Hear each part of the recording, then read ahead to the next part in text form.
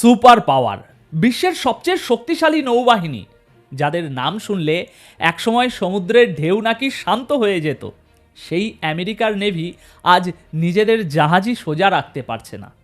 একদিকে যখন পুরো দুনিয়া তাকিয়ে আছে মিডল ইস্টের দিকে, ভাবছে এই বুঝি ট্রাম্প ইরানে হামলা চালালো, ঠিক তখনই পৃথিবীর অন্য প্রান্তে আমেরিকার নাকের ডগায় ঘটে গেল একটা অকল্পনীয় ঘটনা। না, কোনো মিসাইল হামলা নয়, কোনো ড্রোন হামলা নয়, আমেরিকার দম্ভ চূর্ণ হলো তাদের নিজেদেরই ভুলে। আর ওদিকে যে ইরানকে ধুলোয় মিশিয়ে দেওয়ার হুমকি দেওয়া হচ্ছিল, আজ খবর আসছে সেই ইরানের শর্তের কাছেই নাকি মাথা নত করতে চলেছে খোদ ওয়াশিংটন। আজকের প্রথম বড় ব্রেকিং, আমেরিকার সাউথ কমান্ড বা দক্ষিণ সীমান্তে বিশাল বড় অঘটন। মার্কিন নেভির দুটি বিশাল যুদ্ধজাহাজ মাঝ সমুদ্রে একে অপরের সাথে ধাক্কা খেয়েছে। মানে ভাবা যায়, যারা বিশ্বকে ডিসিপ্লিন শেখায় তাদের নিজেদের ঘরেই এই ফজিয়াত। এটা কি নিছকই দুর্ঘটনা, নাকি এর পেছনে আছে অন্য কোনো রহস্য? দ্বিতীয় খবর, তুরস্ক, যারা এই মুহূর্তে মিডল ইস্টের অন্যতম বড় পাওয়ার ব্রোকার, তারা একটা বিস্ফোরক দাবি করেছে। তাদের পররাষ্ট্রমন্ত্রী বলছেন আমেরিকা নাকি ইরানের পারমাণবিক কর্মসূচির ব্যাপারে নমনীয় হচ্ছে। মানে সহজ বাংলায় বললে, ট্রাম্প প্রশাসন ইরানের শর্ত মেনে নিয়ে তাদের ইউরেনিয়াম সমৃদ্ধ করার অনুমতি দিতে পারে। যুদ্ধ ছাড়াই কি তবে জিতে যাচ্ছে ইরান? চলুন প্রত্যেকটি খবরের গভীরে যাওয়া যাক। আজ 13ই ফেব্রুয়ারি 2026, শুক্রবার দুপুর 1টায় এই খবর পড়ছি। প্রিয় দর্শক, ঘটনাটি ঘটেছে গতকাল 12ই ফেব্রুয়ারি সন্ধ্যায়, আর বাংলা মিডিয়াতে এটাই রিয়ালিটি আপনাদেরকে এই খবর প্রথম দিচ্ছে। জায়গাটা কিন্তু পারস্য উপসাগর বা লোহিত সাগর নয়, ঘটনাটা ঘটেছে আমেরিকার একেবারে ঘরের কাছে, সাউথ আমেরিকার উপকূলে। খবরটি ব্রেক করেছে ওয়াল স্ট্রিট জার্নাল। তাদের এক্সক্লুসিভ রিপোর্ট অনুযায়ী মার্কিন নেভির দুটি জাহাজ ইউএসএস ট্র্যাক্সটাইন এবং ইউএসএস সাপ্লাই সমুদ্রের মাঝখানে জ্বালানি ভরার সময় একে অপরের সাথে ধাক্কা খায়। দেখুন দর্শক, এখানে একটু টেকনিক্যাল বিষয় বোঝা দরকার। সাগরে চলতে চলতে এক জাহাজ থেকে আর এক জাহাজে এই যে তেল নেওয়া, এই তেল নেওয়াকে নেভির ভাষায় বলা হয় আন্ডারওয়ে রিপ্লেনিশমেন্ট। এটা অত্যন্ত হাই প্রিসিশন বা সূক্ষ্ম কাজ। দুটো জাহাজকে একই গতিতে সমান্তরালভাবে চলতে হয়, মানে সামান্য একটু এদিক ওদিক হলেই বিপর্যয়। আমেরিকান নেভি দাবি করে তাদের নাবিকরা নাকি বিশ্বের সেরা, তাদের টেকনোলজি নাকি নির্ভুল। তাহলে প্রশ্ন হলো, এমন একটা রুটিন অপারেশনে যেখানে কোনো শত্রুর মিসাইল আসছিল না, আবহাওয়াও খুব খারাপ ছিল না, সেখানে দুটো জাহাজ ধাক্কা খেলো কী করে? রিপোর্টে বলা হচ্ছে জাহাজের দুজন নাবিক আহত হয়েছে। যদিও দাবি করা হচ্ছে জাহাজ দুটির বড় কোনো ক্ষতি হয়নি বা ডুবে যাওয়ার মতো অবস্থা তৈরি হয়নি। কিন্তু এখানেই আমার প্রশ্ন। দেখুন, ইউএসএস ট্র্যাক্সটাইন হলো একটি ডেস্ট্রয়ার, এটি আমেরিকার অন্যতম শক্তিশালী যুদ্ধজাহাজ। এর কাজই হলো নিখুঁতভাবে অপারেশন চালানো। আর ইউএসএস সাপ্লাই হলো একটি বিশাল ট্যাঙ্কার শিপ। সাউথ আমেরিকার এই অঞ্চলটি বর্তমানে আমেরিকার জন্য খুবই গুরুত্বপূর্ণ। কেন জানেন? কারণ তারা বলে তারা এখানে মাদক চোরাচালান আটকাচ্ছে। কিন্তু আসল সত্য হলো এই অঞ্চলে ভেনিজুয়েলা আছে, আর আমেরিকা এখানে নিজেদের 12টি যুদ্ধজাহাজ এবং এয়ারক্রাফট ক্যারিয়ার মোতায়েন করে রেখেছে শক্তি প্রদর্শনের জন্য। এখন ভাবুন, আপনি আপনার শক্তি দেখাতে গিয়ে যদি নিজেই হোঁচট খেয়ে পড়ে যান, তাহলে প্রতিপক্ষ কি আপনাকে ভয় পাবে? পাবে না, উল্টো হাসবে, যেমন আপনি হাসছি। আমেরিকান সাউথ কমান্ড ইতিমধ্যে তদন্ত শুরু করেছে। কিন্তু দর্শক, ইতিহাসের দিকে একটু তাকান। 2017 সালে ঠিক এমনই ঘটনা ঘটেছিল। সেই দুর্ঘটনায় আমেরিকার নেভির বেশ কিছু নাবিক প্রাণ হারিয়েছিলেন। আজ 2026-এ দাঁড়িয়েও যদি সেই একই ভুল হয়, তবে কি আমাদের ধরে নিতে হবে যে সুপার পাওয়ারের নেভি ভেতর থেকে খোকলা হয়ে যাচ্ছে? আমার একটা সাংবাদিক সুলভ প্রশ্ন আছে এখানে। মনে রাখবেন, খবরের পেছনের খবরটাই হলো আসল খেলা। আমেরিকা বলছে এটা নিছকই দুর্ঘটনা, কিন্তু ঘটনার পর জাহাজের বর্তমান অবস্থার কোনো ছবি বা ভিডিও ফুটেজ তারা রিলিজ করেনি। কিন্তু কেন? সামান্য রং চটে গেলে তো আর লুকোনোর কিছু নেই। তাহলে কি ক্ষতির পরিমাণ আরও বেশি? নাকি ভেনিজুয়েলা বা অন্য কোনো অদৃশ্য শক্তির কোনো সাইবার ওয়ারফেয়ার বা জ্যামিং টেকনোলজির কারণে তাদের নেভিগেশন সিস্টেম ফেল করেছিল? আমি কোনো কনস্পিরেসি থিওরি দিচ্ছি না, কিন্তু একজন অ্যানালিসিস্ট হিসাবে প্রশ্ন তোলা আমার কাজ। যখন হাই প্রেশার পরিস্থিতিতে নিজের বাড়ির কাছেই তারা সোজা হয়ে চলতে পারে না, তখন ভাবুন কাল যদি ইরানের সাথে বা দক্ষিণ চীন সাগরে চীনের সাথে সত্যিকারের যুদ্ধ লাগে, তখন এই নেভি কি পারবে সামাল দিতে? নাকি নিজেদের জাহাজেই নিজেরা ধাক্কা মেরে ডুবে যাবে?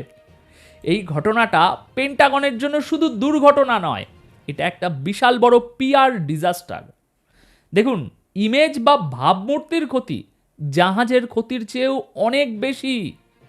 এবার আসুন দ্বিতীয় খবরে, যেটা জিওপলিটিক্সের মোড় ঘুরিয়ে দিতে পারে।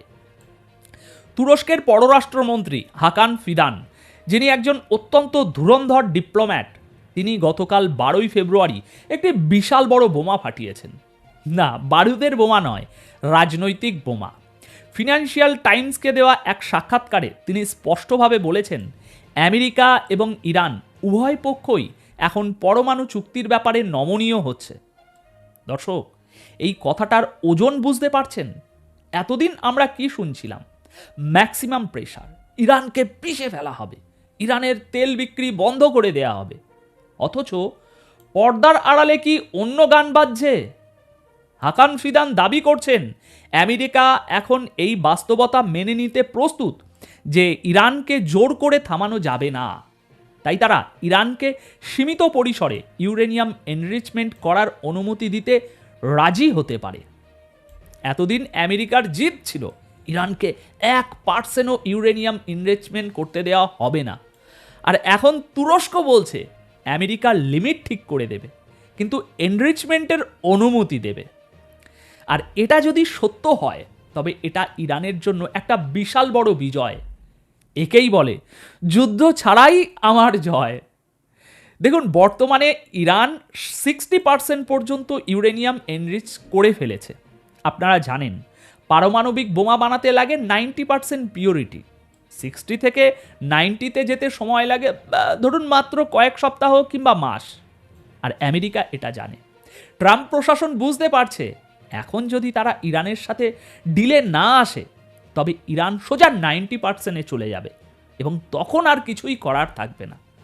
তখন হয় সর্বাত্মক যুদ্ধ করতে হবে, না হলে নিউক্লিয়ার ইরানকে মেনে নিতে হবে। আর আমেরিকা এই মুহূর্তে আর একটা বড় যুদ্ধ অ্যাফোর্ড করতে পারবে না। তাই হাকান ফিদানের মতে আমেরিকা আপোষের রাস্তায় হাঁটছে। তবে এখানে একটু প্যাঁচ আছে। তুরস্কের পররাষ্ট্রমন্ত্রী একটা খুব সাবধান বাণীও উচ্চারণ করেছেন। তিনি বলেছেন ইরানও এটা বুঝছে যে তাদের ডিল করতেই হবে, কারণ ইরানের অর্থনীতির অবস্থা খুব একটা ভালো না। নিষেধাজ্ঞা ওঠানো তাদের জন্য খুব জরুরি। ইরানের প্রেসিডেন্ট মাসুদ পেজিশিয়ান বারবার বলেছেন নিষেধাজ্ঞা না উঠলে কোনো ডিল নয়। এখন প্রশ্ন হলো, আমেরিকা কি ট্রাম্পের ইগো বিসর্জন দিয়ে নিষেধাজ্ঞা তুলবে? হাকান ফিদান আরও একটা মারাত্মক কথা বলেছেন। তিনি বলেছেন যদি এই ডিলে ইরানের মিসাইল বা ক্ষেপণাস্ত্র কর্মসূচিকে টেনে আনা হয়, তবে কোনো ডিল হবে না, তবে হবে যুদ্ধ। মনে আছে তো, আমেরিকা সবসময় চাইতো নিউক্লিয়ার ডিলের সাথে সাথে ইরান যেন তাদের ব্যালিস্টিক মিসাইলও ধ্বংস করে ফেলে।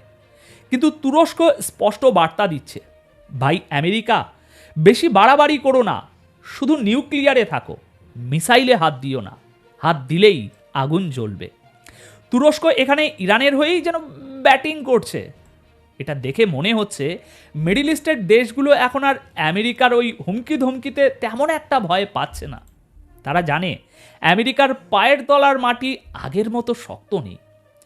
তাই একদিকে ট্রাম্প ভূমধ্যসাগরে আরও এয়ারক্রাফট ক্যারিয়ার পাঠানোর হুমকি দিচ্ছেন, আর অন্যদিকে টেবিলে বসে বলছেন আচ্ছা বাবা, একটু ইউরেনিয়াম বানিয়ে নাও যাও, কিন্তু বেশি বানিও না যেন। এটাকে আপনি কি বলবেন? এটা কি ট্রাম্পের ডিল মেকিং আর্ট, নাকি বাস্তবতার কাছে সুপার পাওয়ারের অসহায় আত্মসমর্পণ? সিদ্ধান্ত আপনাদের। এবার আসি তৃতীয় এবং শেষ খবরে, যা পুরো বিষয়টাকে আরও রহস্যময় করে তুলেছে। ইরানের সর্বোচ্চ নীতি নির্ধারক সংস্থা বা সুপ্রিম ন্যাশনাল সিকিউরিটি কাউন্সিলের যিনি হর্তাকর্তা, সেই আলী লারিজানি সম্প্রতি কাতার সফর শেষে দোহা থেকে ফিরেছেন। সাংবাদিকরা তাকে ছেকে ধরেছিল। প্রশ্ন ছিল, শোনা যাচ্ছে ইরান নাকি আমেরিকাকে গোপনে চিঠি পাঠিয়েছে আপোস করার জন্য। লারিজানির উত্তর ছিল সোজাসাপটা এবং তীক্ষ্ণ। তিনি বললেন, আমেরিকার জন্য কোনো মেসেজ, কোনো চিঠি কোনো কিছুই ডেলিভারি করা হয়নি, সব বাজে কথা। কিন্তু এবং এখানেই গল্পের টুইস্ট, তিনি এটা অস্বীকার করলেও একটা অত্যন্ত গুরুত্বপূর্ণ তথ্য স্বীকার করে নিয়েছেন। তিনি বলেছেন, ওমানের কর্মকর্তারা আমেরিকার তরফ থেকে কিছু পয়েন্টস লিখে আমাদের দিয়েছে, যাতে আমরা সেগুলো তেহরানে বসে বিবেচনা করতে পারি। দেখুন দর্শক, ডিপ্লোম্যাসিতে শব্দের খেলাটাই আসল। লারিজানি বলছেন, আমরা চিঠি দিইনি, অর্থাৎ ইরান যে আগে যেচে পড়ে আমেরিকার কাছে গেছে, এই ধারণাটা তিনি ভেঙে দিলেন। ইরান কারো কাছে ভিক্ষে চায় না, এই মেসেজটা তিনি তার জনগণকে এবং বিশ্বকে দিলেন। কিন্তু তিনি স্বীকার করলেন যে ওমান আমাদের হাতে কাগজ দিয়েছে। তার মানে কি? তার মানে প্রস্তাবটা আমেরিকার দিক থেকে এসেছে। আমেরিকা ওমানকে বলেছে, ভাই ইরানকে একটু বলো না, আমরা এই শর্তে রাজি আছি। তার মানে ব্যাক চ্যানেল খোলা আছে। ওমান এবং কাতার, এই দুই দেশ বরাবরের মতোই ওই পোস্টমাস্টারের কাজ করছে। ভাবুন একবার পরিস্থিতিটা, বাইরের ট্রাম্প হুঙ্কার ছাড়ছেন, নেভি পাঠাচ্ছেন, আর ভেতরে ভেতরে চিরকুট পাঠাচ্ছেন, চলো কথা বলি। লারিজানি যখন বলেন আমরা এটা বিবেচনা করব, তার মানেই হলো আলোচনা চলছে। দরজা পুরোপুরি বন্ধ হয়নি, আবার খোলাও নেই, দরজাটা একটুখানি ফাঁক করা হয়েছে। দর্শক, এই চিঠি দিইনি কিন্তু নোট পেয়েছি, এই বক্তব্যটি ইরানের একটি ক্লাসিক ডিপ্লোম্যাটিক চাল। তারা দেখাতে চাইছে যে আমেরিকা তাদের পিছনে ঘুরছে, তারা আমেরিকার পিছনে নয়। জিওপলিটিক্সে পারসেপশন বা ধারণা তৈরি করাটাই যুদ্ধের অর্ধেক জয়। ইরান এখন সেই পারসেপশন গেমটাই খেলছে। সব মিলিয়ে চিত্রটা কি দাঁড়ায়? মনে রাখবেন, বাঘ যখন বুড়ো হয় তখন সে সরাসরি শিকার না ধরে ফাঁদ পাতার চেষ্টা করে। আমেরিকা এখন আর সেই 90-এর দশকের একচ্ছত্র বাঘ নেই। তাকে এখন ইরান, তুরস্ক, চীন, রাশিয়ার সাথে খুব সাবধানে মেপে মেপে পা ফেলতে হচ্ছে। আমার প্রশ্ন আপনাদের কাছে, আপনাদের কি মনে হয় আমেরিকার এই যে জাহাজ, এই জাহাজের যে দুর্ঘটনা, সেটা সত্যি দুর্ঘটনা নাকি এর পেছনে গভীর কোনো কারণ আছে? আর ট্রাম্প কি সত্যি ইরানের সাথে কোনো ডিলে যেতে পারবেন, নাকি ইসরায়েলের চাপে শেষ পর্যন্ত যুদ্ধের দামামাই বাজবে? সিরিয়াসলি বলুন তো, আপনারা কি ভাবছেন? কমেন্ট বক্সে আপনাদের মতামত জানান। দেখা হবে পরের ভিডিওতে আরও কোনো গভীর বিশ্লেষণ নিয়ে। ততক্ষণ চোখ কান খোলা রাখুন, কারণ খবরের পেছনের খবরটাই হলো আসল খেলা। ধন্যবাদ আপনাদের সকলকে।